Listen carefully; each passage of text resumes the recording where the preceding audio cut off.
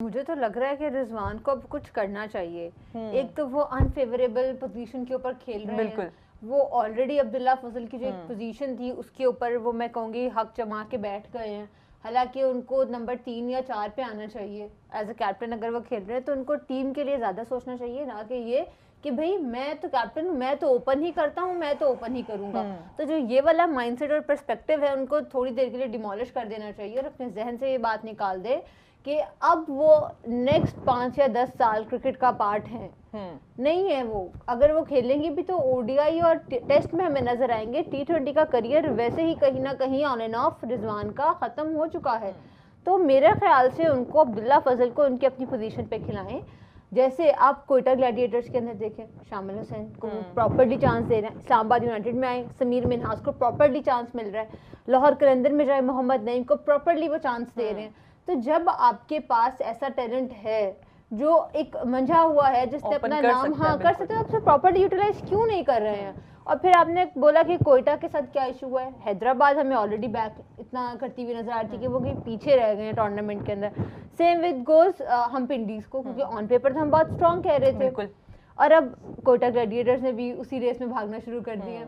मुझे ऐसा लगता है कि कोयटा जो है ना वो हैवीली रिलाई करता है शामिल पे, हसन नवाज पे, और उनका जो टीम कॉम्बिनेशन है ना वो भी कुछ जचता नहीं है।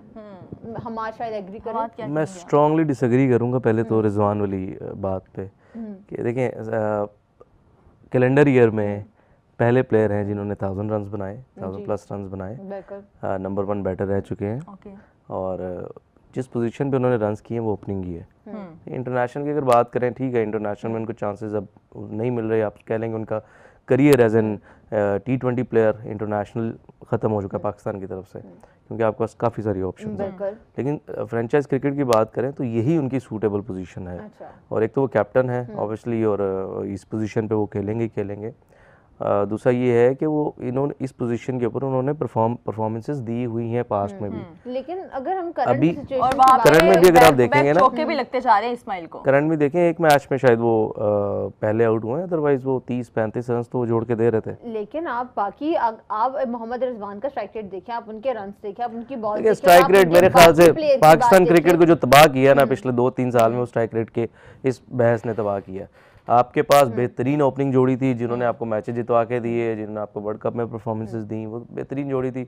आपने वो स्ट्राइक रेट वाला जिन बाबर रिजवान बेहतरीन जोड़ी थी, 3 बार उन्होंने चेस किया। लेकिन बात ये है और ये नहीं कि उन्होंने फटा विकेटों पे चेस किया, उन्होंने इंग्लैंड साउथ अफ्रीका में चेस किया, ठीक है, तो अच्छी बॉलिंग के अगेंस्ट उन्होंने चेस किया। हमारे फॉर्म बहुत मैटर करता है क्रिकेट के अंदर। आपने माजी के अंदर रिकॉर्ड्स के अंबार लगा दिए हुए हो, आपकी जो करंट जो गेम है ना वो पास्ट रिकॉर्ड्स के ऊपर बेस आपको एंट्री नहीं मिलती प्लेइंग 11 के अंदर। ये कह रहा हूं एक मैच में फॉर्म लगी होनी चाहिए। फॉर्म किसको कहती हैं आप मुझे बताएं, क्या होती है वो? कितने रन होने चाहिए फॉर्म में? मेरे देखें, अगर टीम के लिए जा रहे हैं ना, तो अगर आपने 20 रन भी कर दिए हैं, अगर उन 20 रन का इम्पैक्ट है, अगर वो विनिंग कॉज के लिए जा रहे हैं तो आप इम्पैक्ट अपना डाल रहे हैं कहीं ना कहीं। लेकिन जहां आपकी ओवरऑल जो टीम है वो एक अच्छा मोमेंटम सेट कर रही है और एक बीच में नहीं, ओवरऑल टीम आपकी कर नहीं ना रही। मसला ये है, पिंडी अगर आप जहां पे मुल्तान चैंपियन बना था जिस साल में, आप देखें पहले 4 मैचेस मुल्तान आ रहा था, उसमें भी रिजवान ऐसे ही खेल रहे थे, लेकिन उसके साथ एकदम से चेंज हुआ, मोमेंटम शिफ्ट हुआ और मुल्तान ने जीत लिया PSL। क्रिकेट में कहा जाता है कि फॉर्म इज टेम्परेरी और क्लास इज परमानेंट, तो मेरे ख्याल से क्लास की वजह से लोग जाने जाते हैं। ये हैशटैग जो है ना इंस्टा की पोस्ट के नीचे बहुत सारा लगता है, ग्राउंड के अंदर ये हैशटैग नहीं चलता। लेकिन अगर मैं अगर बात करूं कि रिजवान की, तो लॉन्ग टर्म अब रिजवान नहीं है, तो मुझे नहीं लगता, आपको नहीं लगता कि अब्दुल्ला फजल को अब इनको ग्रूम करना चाहिए एज एन ओपनर? किसके लिए? एज एन ओपनर किसके लिए? पाकिस्तान के लिए। पाकिस्तान तो ऑलरेडी आपके पास 4-5 ओपनर पीछे बैठे हुए हैं और वो वेट कर रहे हैं उनको चांस मिले, और नज़र भी आ रहा है। जैसे अगर बात करें हम जो समीर मिनाज है, यंग समीर मिनाज की, वो रेडी हैं। उन्होंने जिस तरह से जिन बॉलर्स को उन्होंने आड़े हाथों लिया है, उन्होंने पूरी दुनिया में अपने झंडे गाड़े हुए हैं परफॉर्मेंसेस देके, जिस कमाल टेक्निक और यस, तो वो रेडी है। मैं हमेशा कहता हूँ कि समीर मिनाज मुझे बाबर आजम का यंग वर्जन नजर आते हैं, सिर्फ उनके पास 2 एक्स्ट्रा चीज़ें हैं। जो बाबर आजम के पास इस एज में नहीं थी। एक तो वो 6 सिटिंग एबिलिटी और एक स्वीप शॉट, और जो उनके पास दिलेरी है, वो स्विच हिट भी करते हैं, सारा कुछ करते हैं, तो ये उनको बाबर आजम से एक्सेप्शनल ऊपर लेके जाते हैं। अगर आप कंपेयर करें ना इस एज में बाबर आजम को और समीर मिनाज को, तो सेम है। समीर मिनाज की भी वैसी ही अगर आप देखें उनकी भी टेक्निक वैसी ही है। तो इसलिए ओपनर्स तो आपके पास पीछे बैठे हुए हैं। फ्रेंचाइज क्रिकेट में क्या होता है, फ्रेंचाइज क्रिकेट में एक तो जो ऑनर्स होते हैं ना, उनकी पसंद नापसंद बड़ी ज़्यादा मायने रखती है, ठीक है। और दूसरा ये है कि उन्होंने अगर रिजवान को उन्होंने अपनी टीम में रखा हुआ है, तो वो रिजवान से यही चाह रहे हैं कि आप ओपनिंग करें, आप रन्स करें, या आप स्टेबिलिटी देते हैं एज ओपनर। देखें आज यासिर से रन्स नहीं हुए, यासिर आउट हो गए, और गेम यही है, रिजवान रोटेट करेंगे, रिजवान को बैट बॉल मिलेगी, रिजवान मारेंगे और यासिर वहाँ से चार्ज करते रहेंगे, ठीक है। यासिर आउट हो गए, अब रिजवान की वही अभी भी रोल है, रोल उनका वही है, कामन गुलाम आके रन्स कर रहे हैं। विकेट मुझे ऐसा लगता है और आखिर 10 गेंदों पे 16 रन कर लिया और वापस एक छक्का लगा दिया है कामरान गुलाम ने। हमाद भाई, मुल्तान सुल्तान वर्सेस रावलपिंडी, आपको क्या लग रहा है आज कौन जीतेगा? मुझे ऐसा लगता है आज रावलपिंडी कमबैक करेगा। एक तो थोड़ा सा मुल्तान टायर्ड भी होगा, बैक टू बैक मैच खेल रहा है, फिर डेस्परेटली चाहते हैं पिंडीज के ये मैच जीतें। स्टेप अप करना पड़ेगा उनके सीनियर प्लेयर्स को, जिसमें मोहम्मद आमिर, मोहम्मद रिजवान दोनों शामिल हैं। रिजवान के रन्स बड़े ज़रूरी हैं, बड़े 70, 80 या 100, और आमिर की बॉलिंग चाहिए, जब 3 से 4 आउट उनके आज चाहिए। तो मुझे लगता है कि आज पिंडी ये मैच जीतेगा। अगर 170, 180 भी होते हैं तो मेरा नहीं ख्याल चेज होंगे ये आज। अच्छा, 170, 180 होंगे तो मुल्तान चेज नहीं कर पाएगा, और इस टाइम मुल्तान मेरे ख्याल से सबसे ऊपर जा रहा है। नहीं, मुल्तान नहीं है सबसे ऊपर, नहीं मुल्तान मेरे ख्याल से मुल्तान है। एक सेकंड, अभी आपने नहीं बात करनी है मेरे ख्याल से, कि अभी हम देखते हैं, खैर ऑफिशियली हम चेक करते हैं कि मुल्तान सुल्तान इस टाइम कौन से पॉइंट पे है। और जी इस टाइम गुलाम खड़े हैं, साथ में रिजवान खड़े हैं।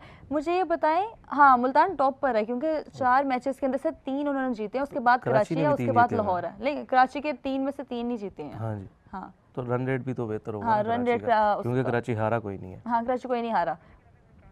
अच्छा, लेकिन मुल्तान अभी पॉइंट्स टेबल में सबसे ऊपर है। आईपीएल भी हमें नजर आ रहा है, और केकेआर वर्सेस पंजाब का आज मैच है, और पावर प्ले के अंदर केकेआर की 2 विकेट्स गिर चुकी हैं और 20 रन आए हैं अभी सिर्फ, और रहाने खड़े हैं और साथ में रघुवंशी और बाटलेट इस टाइम उनको बॉलिंग करवा रहे हैं, और बाटलेट की डॉट आ रही है, लेकिन तीसरी गेंद के ऊपर चौका भी लगा दिया है। अगर हम केकेआर की बात करें तो ओवरऑल अब तक उनका कोई किक स्टार्ट उनको मिली नहीं है टूर्नामेंट में। 2 मैच खेले और दोनों के दोनों वो हार चुके हैं, और वहीं पंजाब ने दोनों मैच जीता है।